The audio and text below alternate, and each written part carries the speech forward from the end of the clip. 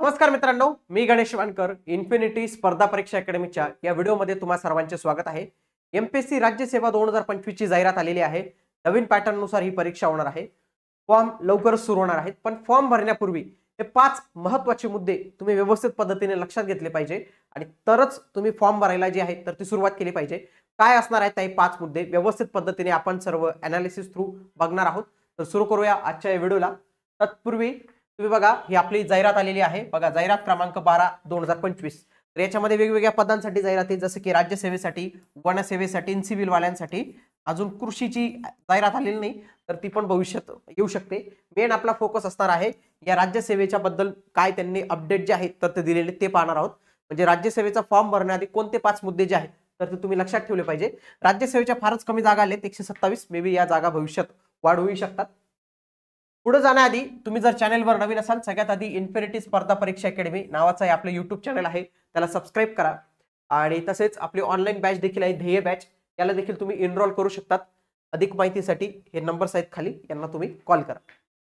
बघा, पहिला जो मुद्दा आहे ना, तो म्हणजे मुद्दा म्हणजे लय मोठा मुद्दा आहे. तोच म्हणजे काय, परीक्षा पॅटर्न मध्ये बदल झालेला आहे.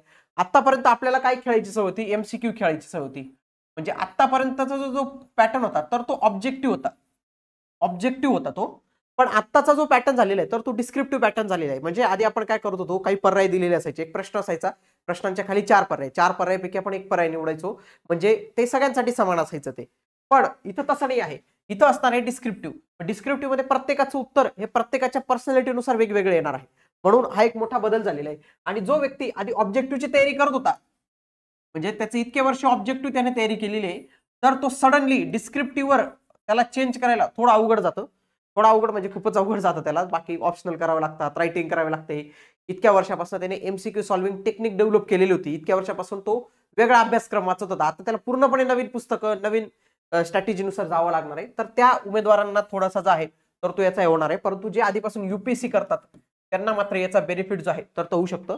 पण हे एक लक्षात घ्या की परीक्षा पॅटर्न मध्ये आता बदल झालेले. खूप सारे उमेदवार हौशे गौशे नवशे फॉर्म भरतात. त्यांना वाटतं की 4 पैकी एकच तर करायचंय, जय माता दिसत करायचंय. तसं नाही राहिलं मित्रांनो. आता परीक्षेमध्ये आमूलाग्र असा बदल झालेला आहे. हा खूप मोठा बदल आहे. 2023 मध्येच प्रस्तावित होता, परंतु 2025 मध्ये पुढे ढकलण्यात आलेला होता. पण आता याच्यात काही बदलच होणार नाही. मुख्यमंत्र्यांनी याची घोषणा पण करून दिलेली आहे. परंतु पूर्व परीक्षेचा जो पॅटर्न आहे ना मित्रांनो, त्याच्यात काहीच बदल नाही आहे. पूर्व परीक्षा ही आपली 400 गुणांसाठी होती. या 400 गुणांमध्ये पेपर 1 जो आहे तर तो 200 गुणांसाठी, आणि पेपर 2 जो होतो तर तो 200 गुणांसाठी. पेपर 2 जो आहे तर तो आहे सी सेटचा. तर त्याच्यासाठी जास्त काही नाही, फक्त 33% गुण आपल्याला पाडायचे आहेत. पण जो पेपर 1 आहे ना, 200 गुण, याच 200 गुणांच्या आधारे आपला कट ऑफ ठरवला जातो. आपण पूर्व परीक्षा पास होतो. पूर्व परीक्षा एक चाळणीसारखी काम करते. याचे कुठलेही गुण तुमची अंतिम गुणवत्ता यादी तयार करताना विचारात घेतलेच जात नाही. मागच्या वेळी त्याचा काहीतरी कट ऑफ 7.5 का असं काहीतरी होता 2024चा. आत्ताच लागलेला आहे त्याचा प्रिलिमचा रिझल्ट. तर एवढं म्हणजे तुम्हाला इथं जर पाहिजे असेल, पूर्व परीक्षा पास व्हायची असेल, तर 110-115 पर्यंत चांगले जर गुण तुम्ही घेतले तर तुम्ही नक्कीच इथं व्यवस्थित पद्धतीने पास होतात. ओके. एस1चं माध्यम असतं मराठी, इंग्लिश, तुम्ही कोणतेही म्हणजे दोन्ही भाषेत प्रश्न असतात. आणि हा पॅटर्न ऑब्जेक्टिव्ह मित्रांनो बरं का, हा डिस्क्रिप्टिव्ह नाही. पहिला हा ऑब्जेक्टिव्ह आहे. म्हणजे याच्यात एमसीक्यू तुम्हाला बघायला मिळतील. ओके. आता पुढचा जो मुख्यचा जो पॅटर्न आहे ना, त्याच्यात मोठा बदल झालेला आहे. बघा, मुख्यच्या पॅटर्न मध्ये मुख्य परीक्षा 1750 आणि मुलाखतीला 275. म्हणजे मुलाखतीचे गुण पण इथं आपल्याला जबरदस्त वाढलेले दिसतात. बघा, हा आहे राज्यसेवा मुख्य परीक्षा 2025 पासूनचा एक नवीन पॅटर्न. याच्यामध्ये जर तुम्ही पाहिलं तर जवळपास 9 पेपर आपल्याला द्यायचे आहेत. पेपर 1 जो आहे तर तो आहे मराठी, आणि पेपर 2 जो आहे तर तो आहे इंग्लिशचा पेपर. परंतु हे जे पेपर आहेत ना, हे मार्कांसाठी नाही आहेत. हे 25% क्वालिफाईंग वाले आहेत. म्हणजे 300 गुण, म्हणजे 25 त्रिक 75, म्हणजे 75 गुण तुम्हाला प्रत्येक पेपरमध्ये पाडायचे आहेत. यांचा काही गुण धरले जात नाही. परंतु गुणवत्तेसाठी जी गणना तुम्हाला करायची म्हणजे अंतिम निवड यादीसाठी, ते आहेत ते खालचे पेपर. पेपर क्रमांक 3 तो आहे निबंधाचा, एसेचा, मराठी किंवा इंग्रजीचा. पुढचा आहे सामान्य अध्ययन, GS1, GS2, GS3, GS4. तर असे 4 GS चे पेपर असतील. पुन्हा आपले ऑब्जेक्टिव्हचे 2 जे ऑप्शनल पेपर असतात, तर ऑप्शनल पेपरचा 1 आणि ऑप्शनल पेपर नंबर 2 अशा पद्धतीने असणार आहे. ओके. तर इथे सगळा दर्जा हा पदवी लेवलचा असणार आहे. प्रत्येक विषयाला 250 गुण असणार आहे. 3 तास तुम्हाला दिले जाणार आहे, आणि हे सगळे अनिवार्य असणार आहे. आणि याच्यामध्ये वर्णनात्मक म्हणजे पारंपरिक डिस्क्रिप्टिव्ह पॅटर्न मध्ये हा पेपर होणार आहे. तर हा एक महत्त्वपूर्ण बदल इथं जो आहे तर तो त्यांनी इथं केलेला आहे. परीक्षा पॅटर्न मध्ये बदल, हा पॉईंट नंबर 1. दुसरा आहे की वैकल्पिक विषय आपल्याला पूर्व परीक्षेच्या वेळेस निवडायचा आहे. हे फार चॅलेंजिंग टास्क आहे बघा. खूप सारे उमेदवार पहिल्यांदा परीक्षा देत आहेत. नेमकं त्यांना माहितीच नाही की ऑप्शनल कसा सिलेक्ट करावा किंवा कोणता ऑप्शनल सिलेक्ट केला पाहिजे. काहींचं ते ऑप्शनलची तयारीच नाही किंवा काहींनी ऑप्शनलची एक तयारी केली होती, परंतु त्यांना नंतर वाटतं की हा लयच अवघड आहे आणि माझ्या मित्राने घेतलेला तो ऑप्शनल सोपा वाटतो त्यांना, म्हणून ते काय करतात ऑप्शनल चेंज करण्याचा प्रयत्न करतात. की त्यांना नंतर वाटतं की मी पूर्व परीक्षेनंतर चेंज करेल, पण असं काही इथं सुविधा नाही दिलेली. त्यांनी इथं स्पष्ट म्हटलेलं काय म्हटलेलं आहे बघा, राज्यसेवा मुख्य परीक्षा वनसेवा मुख्य परीक्षेकरता वैकल्पिक विषयांची निवड करण्याकरता पूर्व परीक्षेचा अर्ज सादर करताना वैकल्पिक विषय निवडणे व नमूद करणे अनिवार्य आहे. म्हणजे कधी जेव्हा आपण पूर्व परीक्षेचा फॉर्म भरू त्याच वेळी आपल्याला ऑप्शनलचा पण जो सब्जेक्ट असणार आहे तो सिलेक्ट करावा लागणार आहे. म्हणजे आता आपल्याला ते कागदपत्र जमा करून ठेवलं ते ठीक आहे, आता आपल्याला पुढची मेहनत ही करावी लागणार, ऑप्शनल कोणता सिलेक्ट करायचा. काही विद्यार्थी नवीन आहेत, मग ते काही सिलेक्ट करतील त्यांचा विषय जाऊ द्या हो. परंतु जे खरंच सिरियसली देणार आहेत त्यांना खरंच म्हणजे ऑप्शनल बद्दलची माहिती पाहिजे, नेमकं काय आहे, तर त्यांनी व्यवस्थित रिसर्च करूनच ऑप्शनल विषयी निर्णय जो आहे तर तो घ्यावा लागणार आहे. कारण की महत्वाचं आहे ना मित्रांनो, तुम्ही पॅटर्न मध्ये बघा ना, हे 250 500 गुण आहेत ना तुम्हाला, त्याला 500 गुण म्हणजे खूप चांगलं तुमचं एक डिसाइडिंग फॅक्टर होतो कट ऑफ मध्ये. सदर निवडलेल्या व नमूद केलेल्या वैकल्पिक विषयांमध्ये बदल करण्याची विनंती पूर्व परीक्षेकरता अर्ज सादर केल्यानंतर कोणत्याही टप्प्यात मान्य करता येणार नाही. तुम्ही म्हणाल मुख्य परीक्षेला की नाही मला त्यावेळी सोपा वाटला आता अवघड लयच अवघड वाटतं, मी चेंज करून टाकतो. तसं काही होत नाही मित्रांनो, एकदा दिलं तर तेच तुम्हाला कंटिन्यू करावं लागतं. बघा हे आहेत वैकल्पिक विषय आहेत. 8 नंबरचा 9 नंबरचा पेपर आहे, जवळपास काय 26 आहे ते. तर हे 26 वेगवेगळे आहेत. मग तुम्ही व्यवस्थित पद्धतीने ठरवून घ्या. जनरली मुलं काय तो PSIR काय तो राज्यशास्त्र आंतरराष्ट्रीय संबंध हा एक विषय असतो, तो मुलांना आवडतो. त्याच्यानंतर ते अँथ्रोपोलॉजी सध्या तो चांगला गाजू राहिला, तो एक सब्जेक्ट आहे. बाकी ज्या त्याच्या फील्डचे घेतात, काही लोक गणितामध्ये हुशार असतात तर ते गणित घेतात. तर हे अशा पद्धतीने तुम्ही विषय घेऊ शकता.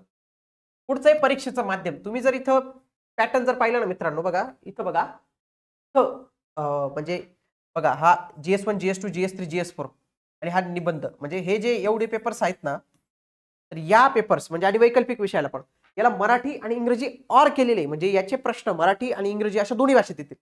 पण आपण कोणत्या भाषेत लिहायचं? तुमच्यापैकी काय म्हणेल की मला GS1 आहे ना मराठीत सोपं जातं, GS2 मला इंग्लिशमध्ये सोपं जातं, मग मी असं लिहू शकतो का की GS1 मराठीमध्ये GS2 इंग्लिशमध्ये, असं लिहू शकतो का? नाही मित्रांनो, तसं नाही लिहू शकत तुम्ही. त्याच्यासाठी त्यांनी गाईडलाईन्स दिलेल्या आहेत. काय गाईडलाईन्स दिलेल्या आहेत त्या पाहूया. बघा, मुख्य परीक्षेकरता वैकल्पिक विषयांची यादी व उत्तरे लिहिण्याचे माध्यम इत्यादी आयोगाच्या संकेतस्थळावर प्रसिद्ध केलेल्या संबंधित परीक्षेच्या व विषयाच्या अभ्यासक्रमामध्ये दर्शवण्यात आलेले. ठीक आहे, त्यांनी हे पण दिलेले. राज्यसेवा मुख्य परीक्षेचा पेपर क्रमांक 3 ते 7 उमेदवाराला प्रश्नपत्रिकेवरील उत्तरे मराठी किंवा इंग्रजी यापैकी कोणत्याही एका भाषेमध्ये लिहिण्याचा पर्याय उपलब्ध असेल. मात्र सदर पाचही पेपर एकतर मराठी किंवा इंग्रजी यापैकी एकाच भाषेत सोडवणे आवश्यक राहील. म्हणजे एकतर इंग्लिशमध्ये सोडवा किंवा मराठीमध्ये सोडवा, एकच भाषा निवड करा. नाहीतर काही तर असं पण करतील, काही प्रश्न इंग्रजीमध्ये सोडतील, काही प्रश्न मराठीमध्ये सोडवतील, किंवा पहिल्या पेपरला वेगळं इंग्लिश आणि काही पेपरला मराठी, असं होणार नाही शक्यतो. कारण की मुख्य परीक्षेला जो क्वालिफाय होतो त्याच्यात तेवढं नॉलेज जे आहे तर ते असतंच. पण हे व्यवस्थित लक्षात ठेवा की तुमचं आत्ताच कन्फ्युजन दूर झालं पाहिजे. भाषा तुम्ही आत्ताच ठरवून घेतली पाहिजे.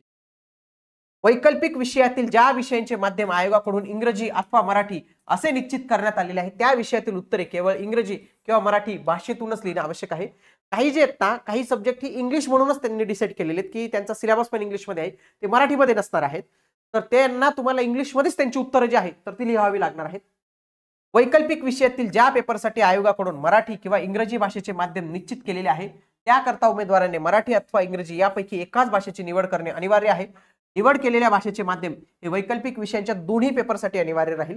म्हणजे ज्यांना दोन्ही ऑप्शनल आहेत की मराठी पण घेऊ शकतात, इंग्लिश पण घेऊ शकतात भाषा, तर त्यांच्यापैकी एकच भाषा ऑप्शनलसाठी सिलेक्ट करणं इथं गरजेचं असणार आहे. म्हणजे परीक्षेचं माध्यम पण तुम्हाला व्यवस्थित पद्धतीने निवडून घ्यावं लागणार आहे.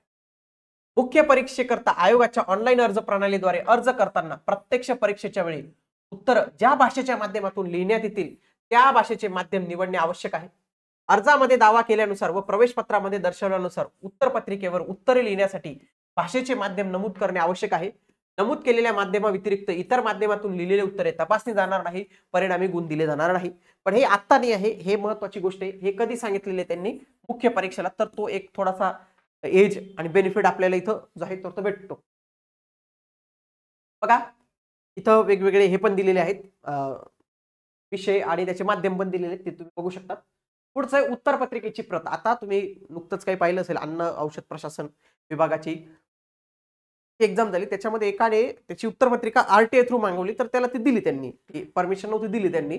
त्याच्यामध्ये एक्झामिनरने जे युनिव्हर्सल ट्रूथ आहे, म्हणजे जे बरोबर आहे, म्हणजे सूर्य पूर्वेकडून उगवतो, म्हणजे ही जर त्याने लिहिलं असेल तर त्याला त्यांनी चूक दिलेलं होतं. तर ते तशा गोष्टी होतात, म्हणून उमेदवारांची मागणी काय होते की आम्हाला आमच्या उत्तरपत्रिका द्या.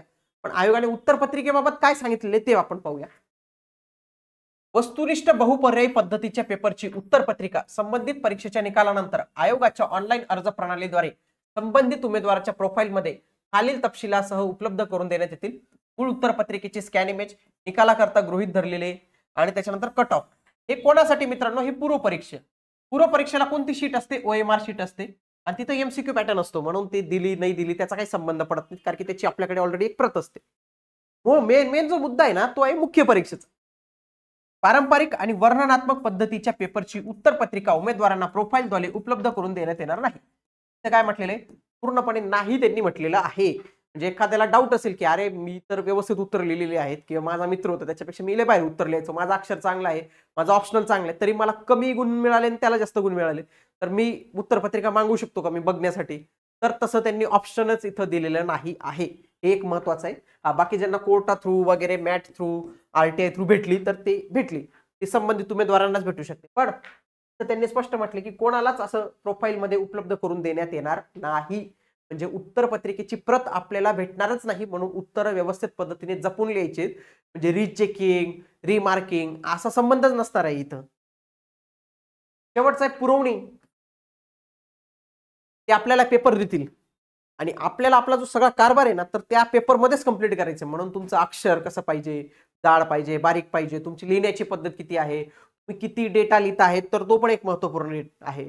त्यांनी उत्तरपत्रिका बनवतानाच अशी बनवलेली आहे की त्याच्यामध्ये तुमची उत्तरं व्यवस्थित पद्धतीने बसू शकतात. आता शाळेत असताना आपण काय करायचो बघा, 10वी 12वीचे पेपर असेल किंवा बाकीचे पेपर असतील, तर त्याच्यामध्ये आपण लय पुरवण्या लावायचो आणि जो सगळ्यात जास्त पुरवणे लावायचं आणि त्याला हुशार म्हटलं जायचं. पण इथं म्हटलं तसा कुठला सीन नाही आहे, इथं कुठली तुम्हाला पुरवणी वगैरे भेटणारच नाही. पारंपरिक स्वरूपाच्या परीक्षेच्या वेळी आयोगाकडून उमेदवारांना पुरवण्यात येणाऱ्या मुख्य उत्तरपत्रिकेमध्ये दिलेल्या पृष्ठावरच उत्तरे नमूद करणे आवश्यक आहे. म्हणजे त्याच्यावरच उत्तर लिहायची आहे. पुढे, मुख्य उत्तरपत्रिके व्यतिरिक्त उमेदवारांना कोणत्याही परिस्थितीत पुरवणी उत्तरपत्रिकेचा पुरवठा करण्यात येणार नाही. स्पष्ट म्हटले की पुरवणी भेटणारच नाही. पारंपरिक स्वरूपाच्या उत्तरपत्रिकेमध्ये उमेदवाराने प्रश्नांचे उपप्रश्न सोडवावेत. उदाहरणार्थ अ, ब, ड किंवा 1, 2, 3, 4 सलगरित्या सोडवावेत. एक उपप्रश्न एका पानावर आणि इतर उपप्रश्न काही पृष्ठे सोडून अथवा पृष्ठांवरून सोडवल्यास नंतरचे उपप्रश्न दुर्लक्षित केले जातील. म्हणजे हा कसा सीन आहे बघा. फॉर एक्झाम्पल, हा क्वेश्चन नंबर 1 आहे. या क्वेश्चन नंबर मध्ये 4 प्रश्न आहेत, ABCD. मग काहींनी काय केलं, हे AB इथं सॉल्व्ह केलं आणि क्वेश्चन नंबर 1, C आणि D हा आहे ना दुसरीकडे सॉल्व्ह केला. तसं चालणार नाही. एकदा तुम्ही एखाद्या प्रश्नाला हात लावला म्हणजे तुम्ही कोणताही प्रश्न घेऊ शकता. फॉर एक्झाम्पल, तुम्ही 2 नंबरचा, 3 नंबरचा, 4 नंबरचा प्रायोरिटी मध्ये कोणताही वरती खाली घेऊ शकता, तर त्याला काही प्रॉब्लेम येत नाही. पण लक्षात घ्या, एकदा ज्याला हात लावला ना, तर त्याचे AB उपप्रश्न ते पण एकाच वेळी सॉल्व्ह करायचे. असं नाही की हे उपप्रश्न आता केले आणि बाकीचे उपप्रश्न नंतरच्या पानावर केले, तसं ते अजिबातच जे आहेत तर ते गृहीत धरत नाही. तर एक महत्वाचं होतं. तर हे 5 महत्वपूर्ण पॉईंट जे आहेत तर ते आपण इथं बघितलेले. तर हे 5 महत्वपूर्ण पॉईंट्सवर तुम्ही काहीतरी तुमचं थोडं शांत डोकं ठेवून विचार करा की आपल्याला काय करायचं, आणि त्याच्यानंतरच तुम्ही राज्यसेवेचा फॉर्म भरण्यासाठी जे आहे तर तो पुढाकार घ्या. अशाच माहितीपूर्ण व्हिडिओसाठी तुम्ही आपल्या इन्फिनिटी स्पर्धा परीक्षा अकॅडमी या युट्यूब चॅनलला सबस्क्राईब करून ठेवा. तसेच जे उमेदवार राज्यसेवा पूर्व परीक्षा 2025 ची तयारी करत असतील, खास प्रिलिम ओरिएंटेड बॅच आपण जी आहे तर ती लॉन्च केलेली आहे की ज्याच्यामध्ये तुम्ही प्रिलिम मध्ये जास्तीत जास्त सक्सेस करू शकतात. तर अशा उमेदवारांनी या खाली दिलेल्या नंबरवर संपर्क साधा, ते तुम्हाला बॅचेस विषयी संपूर्ण माहिती सांगतील. भेटूया आता आपण पुढील व्हिडिओमध्ये. तोपर्यंत जय हिंद, जय महाराष्ट्र, धन्यवाद.